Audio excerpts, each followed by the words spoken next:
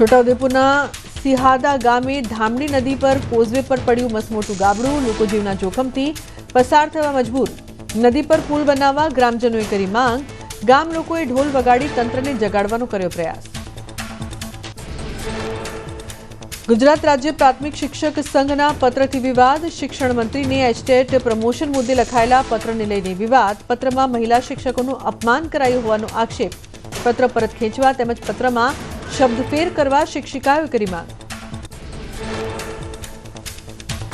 ભરૂચના ડેડિયાપાડાના ધારાસભ્ય ચેતર વસાવાના તંત્ર પર આક્ષેપ, દબાણ હટાવવાની ઝુંબેશને લઈને એકતરફી વલણના લગાવ્યા આરોપ। કલેક્ટર કચેરી જઈ ચેતર વસાવાએ કલેક્ટરને કરી રજૂઆત, ભરૂચ કલેક્ટર કચેરી નજીકના ઝૂંપડપટ્ટી અને લારી ગલ્લાઓ દૂર કરાયા। સુરતના ભીમપોર સહિતના વિસ્તારોમાં ઝીંગા તળાવના દબાણો, 16,000 વીઘામાં ગેરકાયદે દબાણ અંગે તંત્રની સૂચના આપવા છતાં કોઈ કાર્યવાહી ન થયાનો આક્ષેપ, કોંગ્રેસની મેયર માવાણી પાસે તાત્કાલિક પગલાં લેવાની કરી માંગ। નડિયાદ મનપાએ હાથ ધરી પ્રી મોન્સૂન કામગીરી, ખાડ વિસ્તારોમાં દબાણો દૂર કરવા માટે કાર્યવાહી કરાઈ, નાગરિકોને નોટિસ આપીને મકાન ખાલી કરાવ્યા બાદ કામગીરી શરૂ કરાઈ। જામનગર દબાણને લઈને બચુનગર વિસ્તારના રહીશોએ નોંધાવ્યો વિરોધ, વિપક્ષી કોર્પોરેટરો સાથે કમિશનરને કરાઈ રજૂઆત। ડિમોલિશન પહેલા સ્થાનિકો પહોંચ્યા કોર્પોરેશન, લોકોને આશરો આપવા કરાઈ ઉગ્ર માંગ।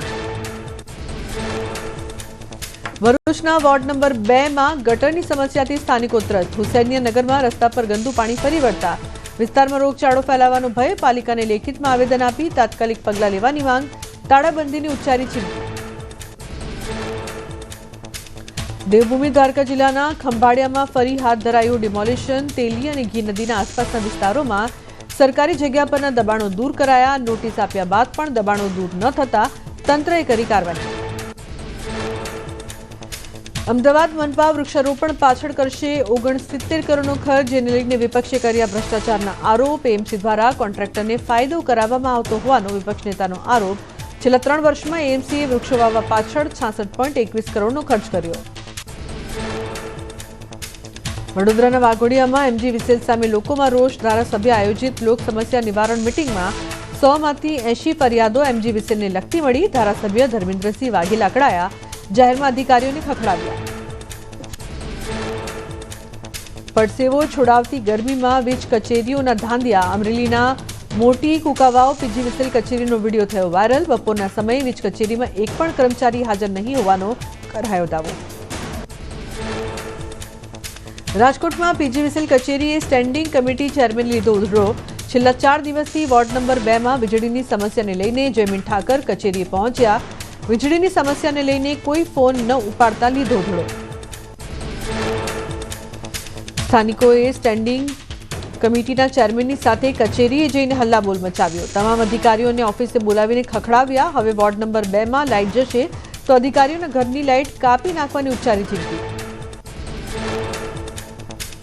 મહીસાગરના કડાણા તાલુકામાં નાયબ મામલતદારે સત્તાનો કર્યો દુરુપયોગ, અડધા દિવસમાં જ અનુસૂચિત જનજાતિના 357 દાખલા ઇસ્યુ કરી દીધા। 2023માં મુખ્ય મામલતદાર રજા પર જતા નાયબ મામલતદારે કરી નાખ્યો કાંડ।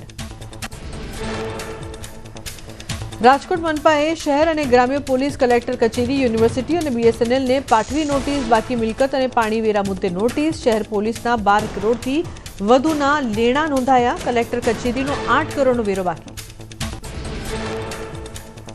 રાજ્ય કર્મચારી મહામંડળે કામકાજના દિવસો અંગે કરી માંગ, સરકારી કચેરીઓ માટે 5 દિવસના સપ્તાહ મુજબ દિવસો રાખવાની માંગ, કેન્દ્ર સરકારના ધોરણે અમલ કરવા રજૂઆત। વડોદરામાં એફઆરસી કમિટીની બેઠક મળી, સ્કૂલો સામે થયેલી વાલીઓની ફરિયાદ મામલે થયું હિયરિંગ, વિબગોર સ્કૂલે ઉડાવ્યા એફઆરસીના નિયમોના ધજાગરા, ઉડાવતા ફટકાર્યો 10 લાખનો દંડ, સૌથી વધુ વિબગોર સ્કૂલ સામે થઈ હતી ફરિયાદ। ફી રેગ્યુલેશન કમિટીના ઓર્ડર મામલે શાળા સંચાલક મંડળનો ગંભીર આક્ષેપ, એફઆરસીનો ઓર્ડર સીધો ન મળતા વ્યવહાર કરવો પડતો હોવાનો આરોપ, સંચાલકોને સીધો ઓર્ડર આપવા કરાઈ રજૂઆત, ફીના સ્લેબમાં વધારો કરવાની। સ્કૂલ વર્દી લેતા વાહન ચાલકોએ પરમિટ લેવી ફરજિયાત કરાઈ, શાળા શરૂ થતા ડ્રાઇવનું થશે આયોજન, સ્કૂલ વર્દી માટે ફક્ત ટ્રાન્સપોર્ટ વાહનનો જ ઉપયોગ કરવા અપીલ। નોન ટ્રાન્સપોર્ટ વાહનના ઉપયોગ સામે કરાશે દંડ. સ્કૂલ વર્દીમાં ચાલતા વાહનોનો વીમો પીયુસી ફરજિયાત કરાઈ. ઓટો રિક્ષામાં 6 નાના બાળકો અને વેનમાં 8 બાળકોની મર્યાદા નક્કી કરાઈ. શાળા પ્રવાસ પિકનિક માટે હવે ખાસ નિયમ. 2 ગણવેશધારી પોલીસ કર્મીઓની ફરજિયાત હાજરી જરૂરી. ગુજરાત ડીજીપીનો શાળા પ્રવાસ અંગે ખાસ આદેશ. પિકનિક ભારત દર્શન દરમિયાન નિયમ લાગુ થશે.